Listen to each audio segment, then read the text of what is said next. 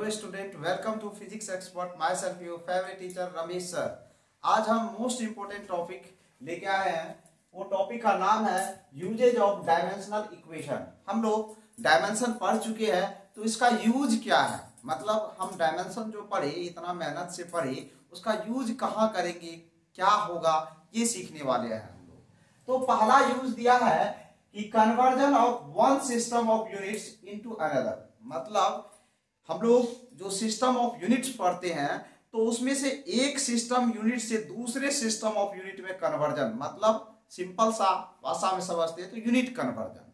For example यदि हम बात करें कि यदि मान ले कि कोई बस या ट्रक का स्पीड 10 मीटर पर सेकेंड है, तो उसको किलोमीटर में कैसे कन्वर्ट करेंगे, यही पहला यूज है डायमेंशन का। मतलब एक यूनिट से दूसरे यूनिट में कैसे कन्वर्ट करेंगे कोई भी फिजिकल क्वांटिटी का, तो वो हम लोग सीखने वाले हैं, पहला एप्लीकेशन। दूसरा एप्लीकेशन क्या है, checking the correctness of various formula. हम लोग फिजिक्स के अंदर बहुत सारा ऐसा इक्वेशन पढ़ते हैं, फार्मूला पढ़ते हैं, जो फार्मूला करेक्ट है या इनकरेक्ट है कैसे चेक करेंगे, तो दूसरा एप्लीकेशन। और उसका दूसरा नाम क्या है, प्रिंसिपल ऑफ होमोजेनिटी। मतलब हम लोग इससे भी चेक करते हैं, प्रिंसिपल ऑफ होमोजेनिटी से चेक करते हैं। तो मतलब हम लोग दूसरा यूज देख लिए, सीख लिए कि कोई भी फिजिक्स में जितना भी इक्वेशन है उसको हम लोग डायमेंशन के हेल्प से चेक कर सकते हैं कि ये इक्वेशन करेक्ट है या इनकरेक्ट है। तीसरा क्या है कि डेरिवेशन ऑफ फार्मूला। मतलब डायमेंशन के यूज से हम लोग फार्मूला को भी फिजिक्स में ड्राइव कर सकते हैं। मान लीजिए कि फोर्स इक्वल टू ma होता है, तो ये तो सब जानता है, लेकिन हमको पता नहीं है फोर्स इक्वल टू ma होता है, तो कैसे पता करेंगे, तो किससे, तो डायमेंशन का हेल्प लेकर के, डायमेंशन का यूज करके हम लोग वो फॉर्मूला को ड्राइव कर सकते हैं। तो वन बाय वन करके भी एग्जांपल हम लोग समझने वाले हैं, तो वीडियो में शुरू से अंत तक बने रहिएगा। इंटरेस्टिंग टॉपिक है डायमेंशन, आप लोग को पता है बहुत ही इंटरेस्टिंग टॉपिक है, और 11th क्लास के बच्चे के लिए पहला ये नया टॉपिक आता है। डायमेंशन यूनिट तो पढ़ा रहता है थोड़ा बहुत, बट डायमेंशन के बारे में उसको नॉलेज नहीं होता है, तो ये इंटरेस्टिंग टॉपिक है, आप लोग बने रहिएगा अंत तक। तो हम लोग पहला पहला यूजेज देखते हैं डायमेंशन का, वो क्या है, conversion of one system of units into another. मतलब यूनिट कन्वर्जन भी इसको हम लोग कह सकते हैं, क्या कह सकते हैं, यूनिट कन्वर्जन भी कह सकते हैं इसको, यूनिट कन्वर्जन भी कर सकते हैं। अब इस कन्वर्जन में, हम यूनिट कन्वर्जन में क्या करने वाले हैं, ये देखिए। हम लोग फिजिकल क्वांटिटी का, कोई भी फिजिकल क्वांटिटी को रिप्रेजेंट करते हैं, तो वो किससे रिप्रेजेंट करते हैं, एक उसमें न्यूमेरिकल वैल्यू होता है, एक यूनिट होता है। तो हम लोग जानते हैं कि फिजिकल क्वांटिटी को Q इक्वल टू क्या जानते हैं, NE होता है। Q इक्वल टू क्या होता है, NU होता है, NU होता है। N क्या होता है, तो न्यूमेरिकल वैल्यू, और U क्या होता है, यूनिट। ये फिजिकल क्वांटिटी कांस्टेंट है, दैट मींस हम लोग इसको लिख सकते हैं N1 U1 equal to N2 U2। इसका मीनिंग क्या है कि हम लोग जैसे कि सिस्टम ऑफ यूनिट्स में MKS सिस्टम पढ़ते हैं, CGS सिस्टम पढ़ते हैं, APS सिस्टम और SI सिस्टम पढ़ते हैं।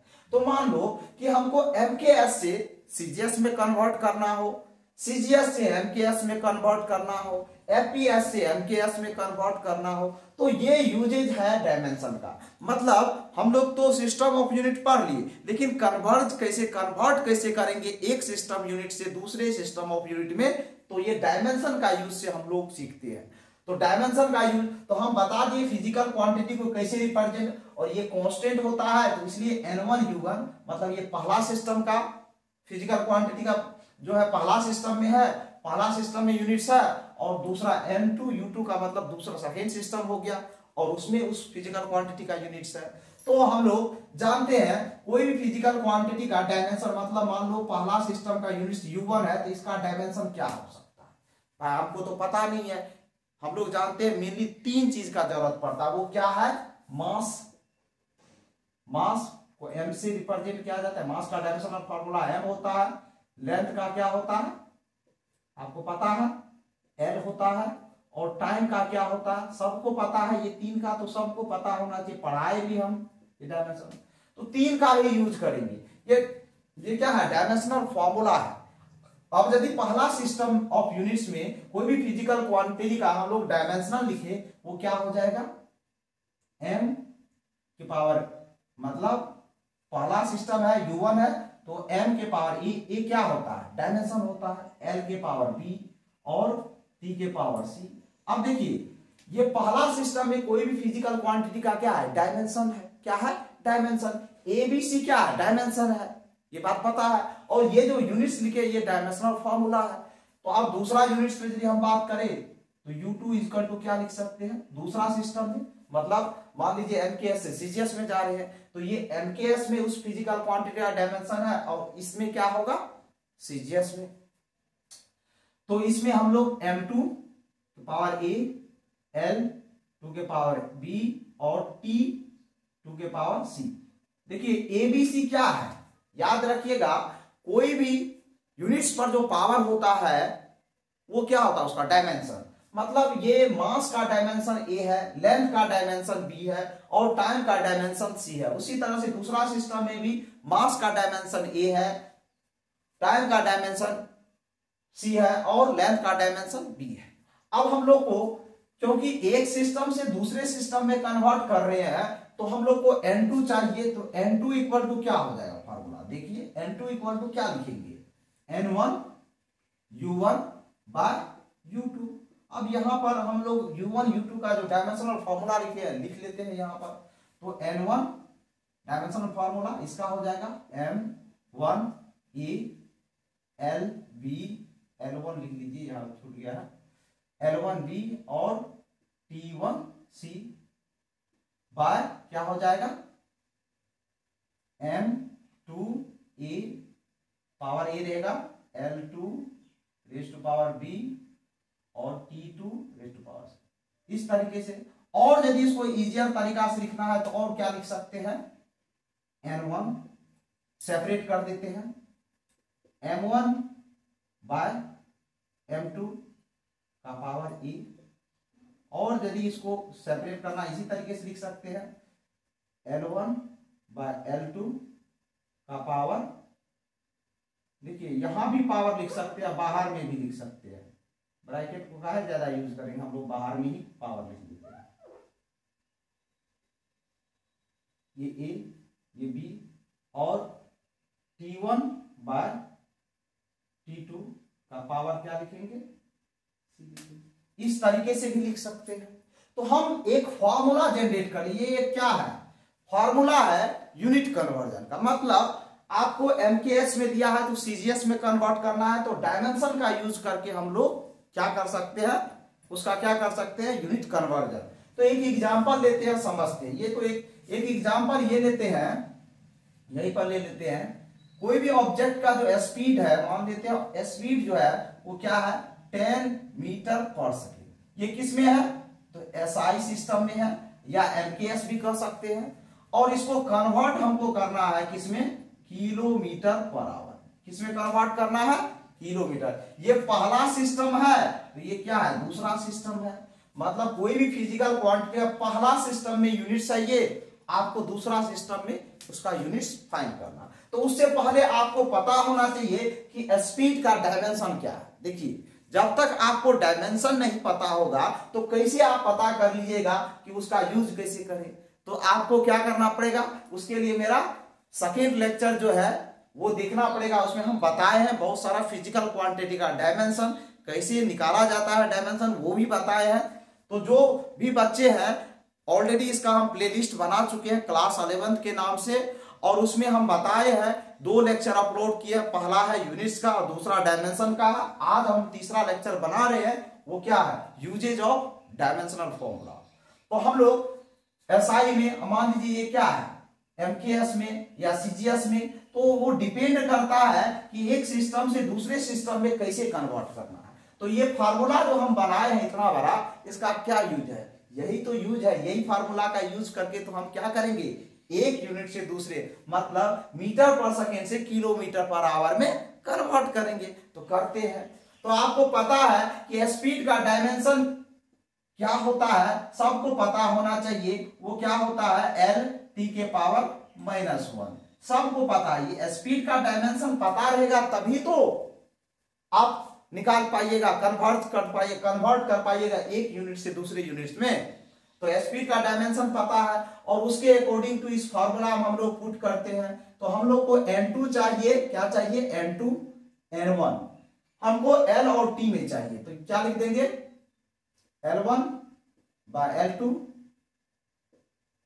पावर कितना 1, कुछ नहीं है तो 1 को नहीं लिखा जाता है क्योंकि पावर 1 है। और दूसरा क्या है t1 बाय t2 पावर कितना है इसका -1, ये लिख लिए। अब देखिए पहला सिस्टम में आपको जो ये वैल्यू दिया है वो क्या है, न्यूमेरिकल वैल्यू n1 का वैल्यू है। यहाँ n1 का वैल्यू पुट कर हमको तो न्यूमेरिकल वैल्यू चाहिए सेकेंड यूनिट में, क्योंकि मैग्नीट्यूड सेम ही रहता है, यहाँ 10 लिखेंगे। लेंथ इसमें किसमें है, मीटर में है, तो मीटर में लिख देंगे 1 मीटर। और दूसरा किसमें कन्वर्ट करना है आपको, किसमें कन्वर्ट करना है, किलोमीटर में, किलोमीटर। अब दूसरा में क्या है, टाइम किसमें है, सेकेंड में, तो 1 सेकेंड लिख दिए।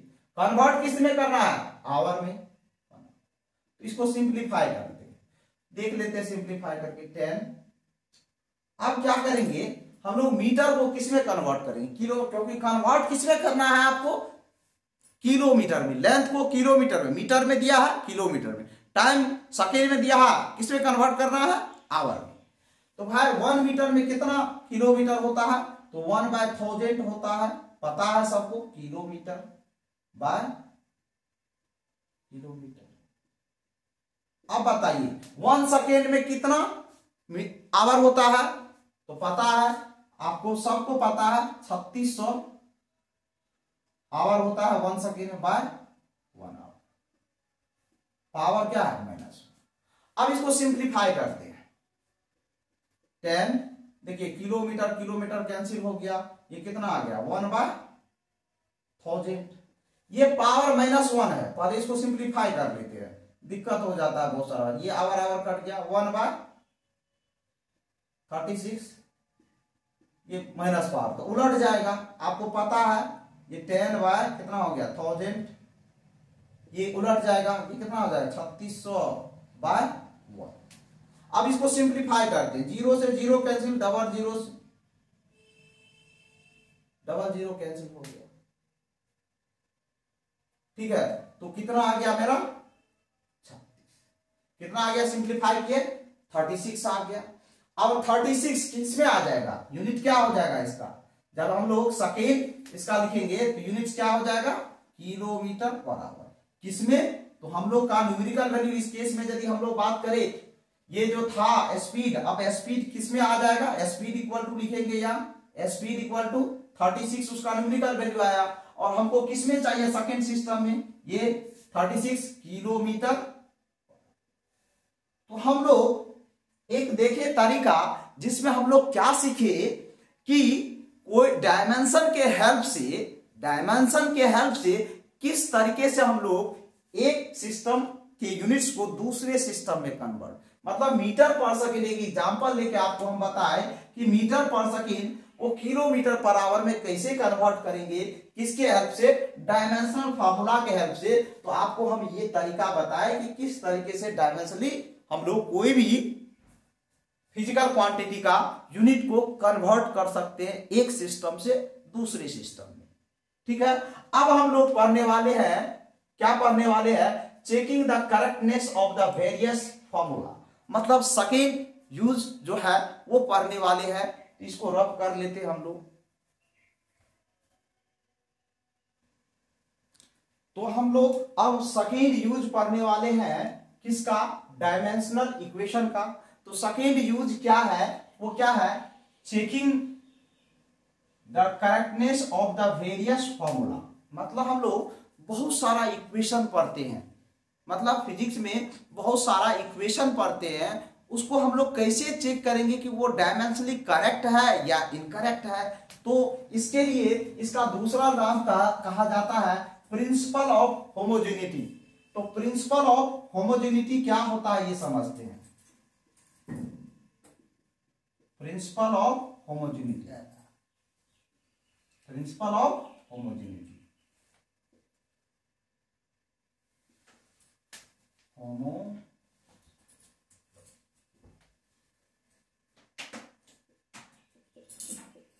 तो प्रिंसिपल ऑफ होमोजेनिटी क्या होता है इसको समझते हैं। प्रिंसिपल ऑफ होमोजेनिटी क्या कहता है कि यदि कोई इक्वेशन है, कोई भी इक्वेशन है वो फिजिक्स के अंदर है, मानिए हम लोग पढ़ते हैं v equal to U plus at, तो ये कहता है ये कि जितना भी इसमें टर्म्स है वो सब का डायमेंशन क्या होना चाहिए, सेम होना चाहिए। मतलब इसका डायमेंशन, इसका डायमेंशन और इसका डायमेंशन। जब कोई भी इक्वेशन है तो वो इक्वेशन का एडिशन जो हो रहा है, मतलब यदि बात करें इसका और इसका, दोनों का डायमेंशन सेम होना चाहिए, और यदि इक्वल टू है तो इसका भी डायमेंशन। तो कैसे चेक करेंगे, तो हम लोग ये चेक करते हैं क्या ये डायमेंशनली करेक्ट इक्वेशन है या नहीं। तो प्रिंसिपल ऑफ होमोजेनिटी याद रखिएगा, क्या स्टेटमेंट देता है कि यदि कोई भी फिजिकल क्वांटिटी है और उससे बना कोई इक्वेशन है, तो इक्वेशन जो बना है वो इक्वेशन जो है डायमेंशनली करेक्ट है या इनकरेक्ट, हम लोग किसका यूज से समझ सकते हैं, यूजेज ऑफ डायमेंशनल इक्वेशन से। तो हम बोले कि इसका डायमेंशन, इसका डायमेंशन, इसका डायमेंशन, तीनों का क्या होना चाहिए, बराबर होना चाहिए। और इसी प्रिंसिपल का यूज करके हम लोग अननोन क्वांटिटी का डायमेंशन भी पता करेंगे। एक एग्जांपल लेंगे, हम उसको समझेंगे कि हम लोग यदि इसका डायमेंशन के, तो इसका भी डायमेंशन क्या होगा, एल टी के पावर -1। इसका भी, ये भी स्पीड है तो इसका भी डायमेंशन फॉर्मूला क्या होगा, एल टी के पावर -1। इसका क्या होगा, एक्सीलरेशन का क्या होता है, एल टी के पावर -2, और उसके साथ क्या है, टाइम, तो टाइम का क्या होता है, टी होता है। यदि इसको सिंप्लीफाई करेंगे तो एल टी के पावर क्या हो जाएगा, -1 हो जाएगा। तो हम लोग देखिए ये क्वांटिटी, ये मतलब कोई भी फिजिकल क्वांटिटी का एडिशन हो रहा है उस इक्वेशन में, तो वो डायमेंशनली सेम होगा, तभी एडिशन। मतलब हम लोग कह रहे हैं कि यदि हम लोग लिख रहे हैं x plus Y equal to Z, मतलब है x और y ऐड हो रहा है। क्यों ऐड हो रहा है, क्योंकि दोनों का डायमेंशन क्या होना चाहिए, सेम होगा, तभी एडिशन पॉसिबल है। और ये जो तीसरे क्वांटिटी z के बराबर है उसका भी क्या होना चाहिए, डायमेंशन सेम होना चाहिए, तभी ये पॉसिबल है। तो हम लोग जो इक्वेशन पढ़ते हैं, मान लीजिए f is equal to ma पढ़ते हैं, तो इसमें भी इसका डायमेंशन तो हमको पता है कि ml t के पावर -2 होता है। तो भाई इसका भी तो डायमेंशन उतना ही होना चाहिए। तो कैसे निकालते हैं, देखते हैं। मास का क्या होता है, m होता है, मास का m होता है, एक्सेलरेशन का पता है। जिसको भी पता नहीं है डायमेंशन, तो मेरा सेकेंड लेक्चर ऑलरेडी एक प्लेलिस्ट बनाया हुआ है, उस प्लेलिस्ट के अंदर हम क्लास 11th का यूनिट्स एंड मेजरमेंट नाम से लिखे हैं, और उसमें पहला लेक्चर जो यूनिट्स के बारे में बताए हैं, और दूसरा लेक्चर डायमेंशन को कैसे निकाला जाता है, कैसे फाइंड किया जाता है, वो सारा बहुत सारा फिजिकल क्वांटिटी का बताया है। तो वो लेक्चर आप जरूर से जरूर देखिए। एक्सेलरेशन का क्या होता है, एल टी के पावर -2। अब इसको यदि सिंप्लीफाई करेंगे तो क्या हो जाएगा, एम एल टी के पावर -2। तो देख लीजिए, मतलब दोनों तरफ डायमेंशन सेम है। इसका ये प्रूफ है कि दोनों तरफ, दोनों इसका भी और इसका भी डायमेंशन सेम है। तो ये प्रूफ देता है कि ये क्या है, डायमेंशनली करेक्ट इक्वेशन है। तो इस मतलब इसका यूज क्या, मतलब डायमेंशनली करेक्ट है, तो हम लोग इससे क्या फायदा ले सकते हैं। तो कोई भी एक अननोन क्वांटिटी का हम लोग निकाल सकते हैं। क्या निकाल सकते हैं, डायमेंशन। फॉर एग्जांपल समझते हैं कि मान लेते हैं ये v इक्वल टू, लिखे हम लोग u x y c लिखिए, ठीक है। मान लीजिए इस तरह का एक इक्वेशन लिखिए, जहां पर हम लिख दिए हैं ये क्या है, वेलोसिटी है, u और v क्या है, वेलोसिटी है, ये भी क्या है, वेलोसिटी है, ये इनिशियल, और ये क्या है, डिस्टेंस है, ये डिस्टेंस है। आपको c का कहेगा डायमेंशन फॉर्मूला, और ये कह रहा है कि ये डायमेंशनली करेक्ट इक्वेशन दिया हुआ है, इससे एक अननोन का आपको क्या करना है, c का डायमेंशन निकालना है। तो भाई कैसे निकालेंगे? अभी तुरंत हम लोग देखे हैं कि भाई जो इसका डायमेंशन होगा वो भी इसका ही होना चाहिए, तब ही ये पॉसिबल है। तो हम लोग क्या लिख सकते हैं? Dimension of u equal to dimension of क्या लिख सकते हैं? x/c लिख सकते हैं कि नहीं लिख सकते? अब लिख सकते हैं। तो डायमेंशन ऑफ स्पीड का क्या होता है? l t के पावर -1 और इसका कितना होता है? x क्या है? डिस्टेंस है तो इसका l होगा। c का चाहिए हमको डायमेंशन, तो भाई c का चाहिए तो इसको इधर कर देंगे। c इक्वल टू c का डायमेंशन इक्वल टू क्या लिखेंगे? ये डिवीजन में चला जाएगा, l का डायमेंशन, ये डायमेंशन लिख दीजिए, बाय l t के पावर -1।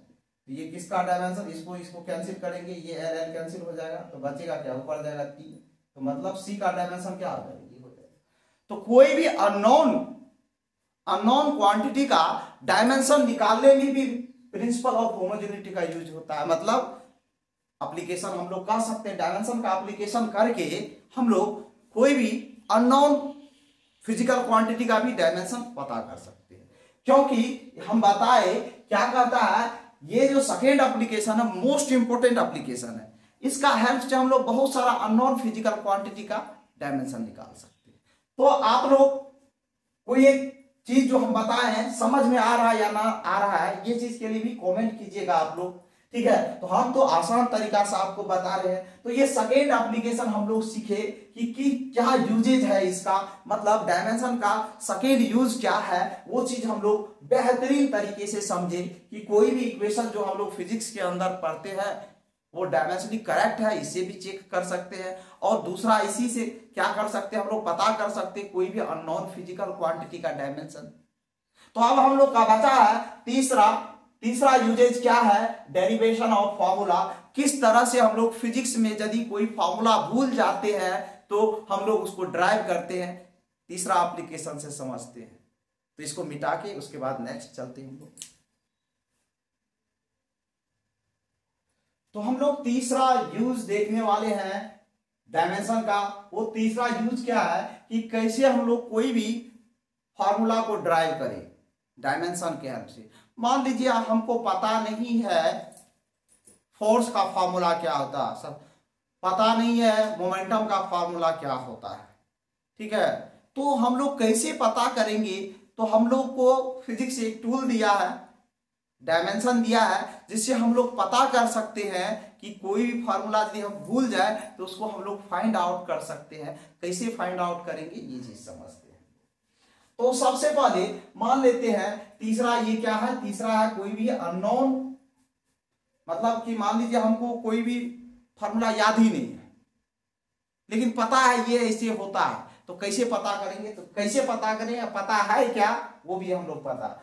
मान लेते हैं कि फोर्स डिपेंड कर रहा है, फोर्स डिपेंड अपॉन, हमको पता नहीं फोर्स का फार्मूला क्या, लेकिन हम डराइव कर रहे हैं, देखते हैं। फोर्स डिपेंड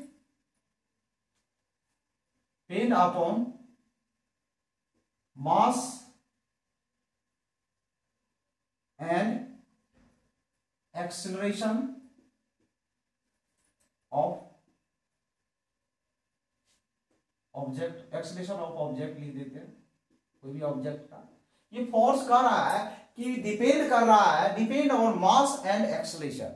मतलब हम लोग को पता है कि फोर्स डिपेंड कर रहा है मास और एक्सेलरेशन पर। तो भाई फोर्स डिपेंड कर रहा है मास और, तो फोर्स डायरेक्टली प्रोपोर्शनल क्या होगा? मास का, ठीक है? और फोर्स डायरेक्टली प्रोपोर्शनल क्या हो जाएगा? एक्सेलरेशन पर भी डिपेंड कर रहा है, तो एक्सेलरेशन ये लिख दिए, ठीक है? तो भाई पता है लेकिन कितना स्क्वायर में वेरी कर रहा है या लिनियरली वेरी कर रहा है ये तो पता नहीं, तो इसको पावर तो लिखना पड़ेगा। मान लीजिए इसको पावर x है, इसका पावर y है, ठीक है? तो हम लोग मैथमेटिकली इसको क्या लिख सकते हैं? यदि अरेंज करें तो फोर्स के प्रोपोर्शनलिटी कांस्टेंट हटाए के यूज किए, यहां लिख देंगे m के पावर x और क्या लिख देंगे a के पावर y, ठीक है? ये कोई प्रोपोर्शनलिटी कांस्टेंट है तो ये डायमेंशनल लेस होता है, unit less and dimensional less होता है। डायमेंशनल लेस क्वांटिटी है, ये क्या है? डायमेंशनल लेस है, अब हम लोग मास का m क्या है, मास है, a एक्सेलरेशन है, इसका डायमेंशन तो पता है हम लोग को, और फोर्स का भी डायमेंशन पता है। तो फोर्स का डायमेंशन क्या होता है, तो हमको पता है m l t के पावर -2। अब हमको इसका तो कोई डायमेंशन नहीं होता है, m का डायमेंशन क्या होता है, m उसके पावर क्या हो जाएगा x, एक्सेलरेशन का पता है तो क्या होता है l के पावर y हो जाएगा, t के पावर कितना हो जाएगा -2 होता है तो -2y हो जाएगा। कोई दिक्कत यहां तक किसी बच्चा को मेरे हिसाब से नहीं होना चाहिए। अब हम लोग इस चीज को और अरेंज करते हैं और क्या निकलता है इससे हम लोग देखते हैं, m l t के पावर -2 और इसको सिंप्लीफाई किए तो m के पावर x, l के पावर y और t के पावर क्या निकला मेरा, t के पावर क्या निकला -2y। ठीक है, तो हम लोग इससे कंपेयर करेंगे, इससे कंपेयर करेंगे तो पता चलेगा x का वैल्यू क्या होगा, y का वैल्यू क्या होगा। ठीक है, तो हम लोग जब कंपेयर करते हैं तो ये कंपेयर करते हैं तो क्या हो जाता है, बेस सेम है तो पावर क्या होगा इक्वेट, तो x का वैल्यू क्या हो जाएगा 1। l को कंपेयर करेंगे तो y का वैल्यू कितना हो जाएगा 1, और tt को कंपेयर करेंगे तो वो क्या है, तो वो भी तो 1 ही देगा, y इक्वल टू यहां भी 1 ही आएगा क्योंकि -2 इक्वल टू -2y, तो -2 कैंसिल हो जाएगा y का वैल्यू। तो हम लोग को पता चल गया x और y का वैल्यू। अब हम लोग जो इक्वेशन फाइंड किए थे यहां इसमें हम लोग लिखेंगे तो ये f इक्वल टू क्या हो जाएगा कि मास पर क्या हो जाएगा वैल्यू 1 हो जाएगा और एक्सेलरेशन पर भी क्या हो जाएगा ये। तो हम लोग को पता चल गया कि फोर्स का फॉर्मूला क्या होता है, मास इनटू एक्सेलरेशन। ये कांस्टेंट है, कांस्टेंट हम लोग डायमेंशन से सिर्फ मतलब उसका इंटरफेस मतलब कह सकते हैं कि हम लोग फार्मूला को जनरेट करते हैं, वो न्यूमेरिकल वैल्यू कितना से मल्टीप्लाई होगा नहीं होगा वो आपको करेक्ट करना है। तो हम लोग के कोई भी प्रोपोर्शनलिटी कांस्टेंट, इस केस में क्या होगा के का वैल्यू 1 हो जाएगा, तो एफ इक्वल टू क्या हो जाएगा मेरा me, यही तो मेरा इक्वेशन होता है न्यूटन का सेकंड लॉ। तो हम लोग देखे कि कोई भी चीज का फॉर्मूला हम लोग फाइंड कर सकते हैं किसके हेल्प से, किसके हेल्प से, डायमेंशन के हेल्प से। मान लीजिए हम फार्मूला भूल गए, कहीं भी फार्मूला भूल गए कि इस मतलब इस फिजिकल क्वांटिटी का फार्मूला क्या है, इसका इक्वेशन का फार्मूला क्या है, भूल गए तो भाई मेरे पास एक चीज है याद, हाँ हमको तो डायमेंशन करने आता है, डायमेंशन का यूज करने आता है। यदि डायमेंशन का आपको यूज करने आता है तो फार्मूला भी आपको आ जाएगा। ठीक है, तो एक और एग्जांपल लेते हैं। आप लोग सिंपल पेंडुलम का एग्जांपल जानते हैं, टाइम पीरियड जो होता है, simple pendulum, simple pendulum, simple pendulum, simple pendulum का जानते हैं आप लोग। तो सिंपल पेंडुलम का फार्मूला हम लोग को ड्राइव कर सकते हैं। इसमें टाइम जो होता है पता है आपको, इसमें सिंपल पेंडुलम टाइम पीरियड जो होता है वो डायरेक्टली प्रोपोर्शनल होता है लेंथ ऑफ मतलब लेंथ ऑफ कोई भी जो पेंडुलम है, लेंथ ऑफ उस पेंडुलम का लेंथ पर डिपेंड करता है, दूसरा एक्सेलरेशन ड्यू टू ग्रेविटी पर डिपेंड करता है। तो हम लोग इस चीज से लेंथ का डायरेक्टली प्रोपोर्शनल पावर x दे देते हैं, ma दे दिए, कोई दिक्कत नहीं। और टाइम पीरियड डायरेक्टली प्रोपोर्शनल होता है क्या, एक्सेलरेशन ड्यू टू ग्रेविटी मतलब g के पावर n, ये पता है आपको। ठीक है, तो इसे हम लोग पता कर सकते हैं, ये डायरेक्टली प्रोपोर्शनल था, इसको हम लोग क्या लिख सकते हैं, t proportionality constant k l के पावर m g के पावर n।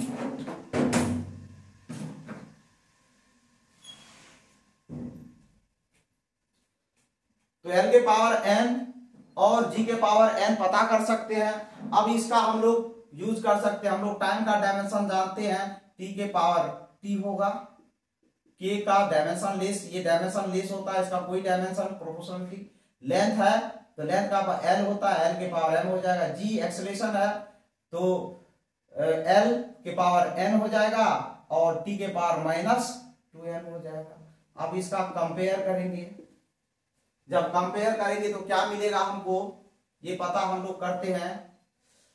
तो यहां यदि हम लोग सिंप्लीफाई करते हैं तो t इक्वल टू क्या लिखेंगे, l के पावर m प्लस n, और यहां पर ही t का है, t का वैल्यू है -2। अब देखिए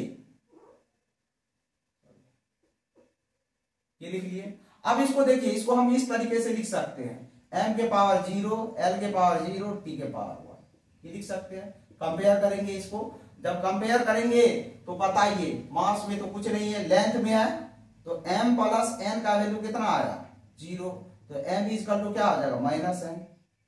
अब इससे कंपेयर करेंगे तो इसमें -2n इक्वल टू कितना आ गया 1, तो n इक्वल टू क्या आ जाएगा -1/2, और m का वैल्यू कितना हो जाएगा +1/2। तो मेरा n का वैल्यू और m का वैल्यू पता चल गया, n m का वैल्यू पता चल गया, तो इसमें पुट करते हैं। इसमें पुट करेंगे तो देखिए क्या हो जाए, time period equal to k, m का l का वैल्यू कितना है, मतलब l के पावर m है, m का वैल्यू 1/2, और g का वैल्यू कितना हो जाएगा -1/2। तो इसको यदि सिंप्लीफाई करेंगे तो क्या लिख सकते हैं, k टाइम्स √L/c। तो यही टाइम पीरियड का फॉर्मूला है। मेरे पास सिंपल पेंडुलम का टाइम पीरियड का फॉर्मूला नहीं था, तो हम लोग ये जानते थे कि टाइम पीरियड डिपेंड करता है लेंथ ऑफ पेंडुलम पर और एक्सेलरेशन ड्यू टू ग्रेविटी पर। तो इस तरह से सिंपल पेंडुलम का फॉर्मूला को हम लोग ड्राइव कर लिए। तो आपको हम डायमेंशन का तीनों यूज बताए। पहला यूज था कि एक यूनिट कन्वर्जन कर सकते हैं, एक यूनिट से दूसरे यूनिट में कैसे डायमेंशन के हेल्प से हम लोग कोई भी फिजिकल क्वांटिटी का कन्वर्ट कर सकते हैं। और दूसरा यूज पर है कि कोई भी हम लोग फिजिक्स में जो क्वांटिटी पढ़ते हैं, इक्वेशन पढ़ते हैं, उसको हम लोग मतलब कैसे चेक करेंगे वो करेक्ट है या इनकरेक्ट है, तो प्रिंसिपल ऑफ होमोजेनिटी से हम लोग चेक किए, ठीक है। और तीसरा हम लोग क्या पढ़े, ड्राइव किए कोई भी फॉर्मूला को जो हमको पता नहीं था, ठीक है। आप मानिए आप भूल गए थे, ठीक है, भूल गए तो उस फार्मूला को कैसे ड्राइव करेंगे, तो डायमेंशन के हेल्प से हम लोग ड्राइव। तो डायमेंशन का इतना ज्यादा यूज है कि आपको पूरा फिजिक्स में 11th 12th दोनों में पढ़ना है। तो डायमेंशन को प्रॉपर मैनर से सीखिए। यदि इस चीज को बढ़िया सीख लीजिएगा तो even then NEET, medical, JEE जितना भी होता है सब में ये पूछा जाता है, 1 नंबर या 2 नंबर, 1 क्वेश्चन 2 क्वेश्चन देखने को मिलता है। और हम जो आपको बताए बेसिक कॉन्सेप्ट बताए, आप लोग फिजिक्स एक्सपर्ट से जुड़े रहिएगा तो आपके लिए फ्रूटफुल बढ़िया बढ़िया चीज सब आपके लिए हम लेके आएंगे। आपके लिए बढ़िया बढ़िया लेक्चर, आईडी, जेई और ये सब का क्वेश्चन भी आपको हम सॉल्व कराने वाले हैं, एससी वर्मा का सॉल्यूशन देने वाले हैं। तो आप लोग जो भी बच्चे इस वीडियो को देखिएगा शुरू से अंत तक देखिएगा, तभी तो कॉन्सेप्ट क्लियर होगा आपका। तो आप लोग को फिर से हम कह रहे हैं, जो भी न्यू यूजर है, यदि इस चैनल पर आप इस चैनल आपके पास ये चैनल पहुंचता है तो एटलीस्ट कम से कम मेरे वीडियो को एक बार एक लाइक तो दीजिएगा और एक सब्सक्राइब भी दीजिएगा। और दोस्त यदि आपको अच्छा लगे तो दोस्तों के बीच भी शेयर कीजिएगा। थैंक यू, जय हिंद।